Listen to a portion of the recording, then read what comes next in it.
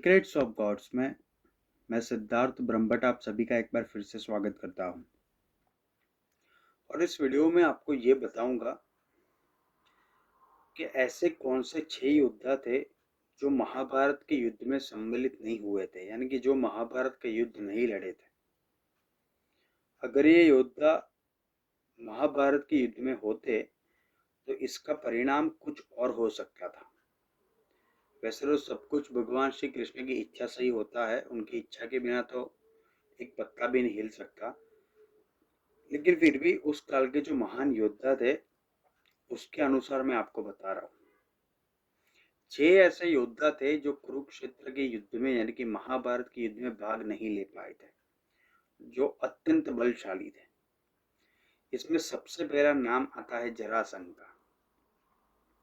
जरासंध अगर महाभारत के युद्ध में होता तो इसका परिणाम कुछ और होता, क्योंकि भगवान श्री कृष्ण ने शस्त्र ना उठाने की प्रतिज्ञा ली थी। भगवान श्री कृष्ण को पहले से ही मालूम था कि जरासंध उनका एक प्रबल शत्रु है, इसलिए उन्होंने युद्ध से पहले ही भीम के हाथों जरासंध को निपटा दिया था। जरासंध का वध करना बहुत ही मुश्किल था और भगवान श्री कृष्ण ने अपनी युक्ति से भीम के हाथों जरासंध को मरवा दिया था। दूसरा है शिशुपाल।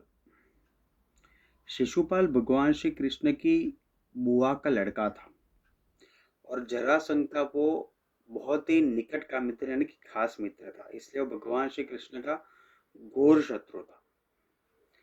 भगवान श्री कृष्ण ने शिशुपाल की माता यानी कि उनकी बुआ को ये वचन दिया था कि वो शिशुपाल के 100 अपराध यानी कि 100 अपमान को सहन करेंगे।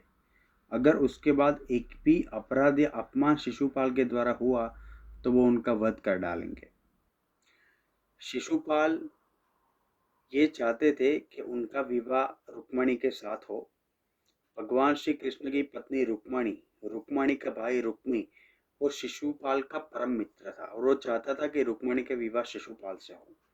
लेकिन रुक्मणी के माता पिता ये चाहते थे कि रुक्मणी का विवाह भगवान श्री कृष्ण के साथ हो, इसलिए भगवान श्री कृष्ण ने रुक्मणी का हरण कर लिया था। तब से ही शिशुपाल भगवान श्री कृष्ण का घोर शत्रु बन गया था। भगवान श्री कृष्ण के वचनानुसार शिशुपाल के 100 अपराध श्री कृष्ण ने क्षमा किए। बाद में उसके ऊपर जाने पर श्री कृष्ण ने भरी सभा में सुदर्शन चक्र से शिशुपाल का वध कर दिया था। शिशुपाल एक बहुत ही शक्तिशाली मनुष्य था, बहुत ही शक्तिशाली एक शासक था जो भगवान श्री कृष्ण के हाथों मारा गया। अगर वो भी महाभारत के युद्ध में होता तो भगवान श्री कृष्ण की शस्त्र ना उठाने की प्रतिज्ञा के कारण इसका परिणाम कुछ और हो सकता था। तीसरा है एकलव्य। एकलव्य श्रृंगवेरपुर के निषाद राजा हिरण्यधनु के पुत्र थे और उनके निधन के बाद वो वहां के राजा बने थे। हरिवंश पुराण और विष्णु पुराण के अनुसार एकलव्य उस समय के सबसे शक्तिशाली धनुर्धर थे और एक बार उन्होंने भगवान श्री कृष्ण की यादव सेना का, ध्यान में रहे यादव सेना का, नारायणी सेना का नहीं, यादव सेना का एकलव्य ने पूरा सफाया कर दिया था। बाद में एकलव्य भगवान श्री कृष्ण के हाथों मारा गया था। कहते हैं कि एकलव्य जरासंध से जाकर मिला था अपनी विस्तारवादी सोच के कारण और बाद में भगवान श्री कृष्ण के हाथ वो मारा गया था। अगर एकलव्य महाभारत के युद्ध में सम्मिलित होता तो भी इसका परिणाम कुछ और हो सकता था। अगले यानी कि चौथे नंबर पर है बलराम जी। भगवान श्री कृष्ण के बड़े भाई बलराम जी वो पहले से ही भगवान श्री कृष्ण को ये समझा रहे थे कि वो महाभारत के युद्ध में सम्मिलित ना हो, क्योंकि दुर्योधन और अर्जुन दोनों ही उनके लिए समान थे। बलराम जी ने कई बार श्री कृष्ण को समझाया कि वो महाभारत के युद्ध में सम्मिलित ना हो, क्योंकि दुर्योधन और भीम दोनों ही उनके शिष्य है और दोनों के साथ उनका जो नाता है वो सामान्य है, यानी कि दोनों के साथ उनका नाता एक ही तरफ है, यानी कि वो किसी के साथ पक्षपात करना नहीं चाहते। बलराम जी ने एक बार दुर्योधन से उनके शिविर में ये कहा था कि वो महाभारत के युद्ध में भाग नहीं ले सकते, क्योंकि जिस और श्री कृष्ण है यानी कि पांडवों की ओर से श्री कृष्ण अगर वो लड़ रहे हैं तो उनके विरुद्ध वो जा नहीं सकते। यानी कि बलराम जी ना तो कौरवों की ओर से ना तो पांडवों की ओर से लड़ सकते हैं, इसलिए बलराम जी ये निश्चय करते हैं कि वो तीर्थ यात्रा पर चले जाएंगे। बाद में बलराम जी तीर्थ यात्रा पर चले गए थे और उन्होंने महाभारत के युद्ध में भाग नहीं लिया था। बलराम जी जो बड़े ही शक्तिशाली थे, भगवान विष्णु के शेष नाग के अवतार थे। उन्होंने एक बार समग्र हस्तिनापुर की भूमि को अपने हल से गंगा में डुबोने का प्रयास किया था, इतने वो शक्तिशाली थे। अगले 5वें नंबर पे आता है कालियावन। कालियावन एक विदेशी शासक था। पुराणों के अनुसार जरासंध ने मथुरा पर 18 बार आक्रमण किया था और 17 बार वो निष्फल रहा था। भगवान श्री कृष्ण के हाथों और बलराम जी के हाथों बुरी तरह से पराजित हुआ था। लेकिन 18वीं बार जरासंध ने एक विदेशी शासक की मदद ली जिसका नाम था कालियावन, जो बहुत ही शक्तिशाली विदेशी शासक था। तो भगवान श्री कृष्ण के साथ वो युद्ध करना चाहता था और कालियावन की सेना ने पूरे मथुरा को घेर लिया।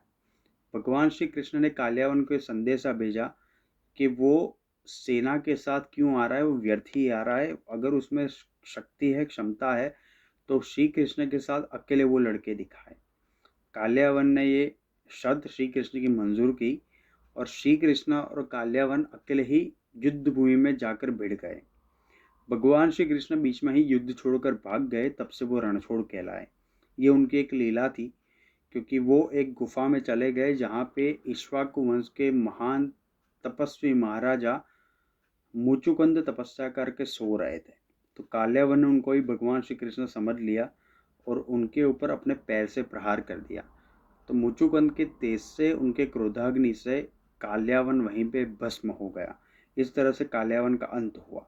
अगर कालियावन महाभारत के युद्ध में सम्मिलित होता तो निश्चय ही वो कौरवों की ओर से लड़ता। अगला है बर्बरिक। बर्बरिक भीम का पौत्र था।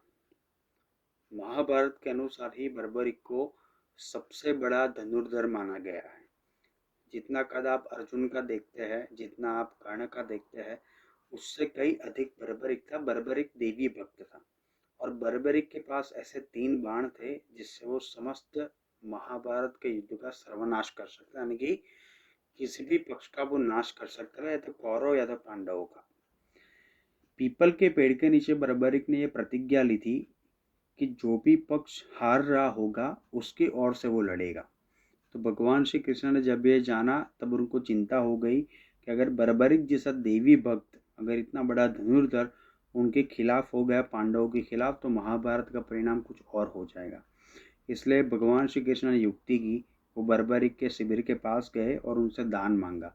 बर्बरिक ने दान में क्या देना चाहिए वो बर्बरिक ने पूछा। तो भगवान श्री कृष्ण ने ऐसा कहा कि वो जो चाहते हैं वो बर्बरिक कभी नहीं दे सकता। तो बर्बरिक ने वचन दे दिया। भगवान श्री कृष्ण ने उनका सर दक्षिणा में मांग लिया। तो बर्बरिक ने अपना सर दक्षिणा में दे दिया। भगवान श्री कृष्ण ने उनको वरदान दिया कि आप कलयुग में मेरे नाम से पूजे जाओगे। आज भी उनकी पूजा होती है बर्बरिक जी की। गुजरात में वो बढ़िया देव के नाम से प्रसिद्ध है, उनकी पूजा होती है। राजस्थान में वो खाटू श्याम जी के नाम से प्रसिद्ध है और उनकी आज भी पूजा होती है। ये भगवान श्री कृष्ण के वरदान के कारण है। तो ऐसे 6 महान योद्धा थे जो बहुत ही शक्तिशाली थे। हालांकि भगवान श्री कृष्ण परब्रह्म है, सबसे शक्तिशाली है, लेकिन फिर भी उस काल में जिस प्रकार के योद्धा थे, तो महाभारत काल में अगर ये सब सम्मिलित होते तो भगवान श्री कृष्ण के लिए ये मुश्किल हो जाता। धन्यवाद। अब हमारे चैनल पे सब्सक्राइब करें, अपने कमेंट्स दीजिए। Thank you so much.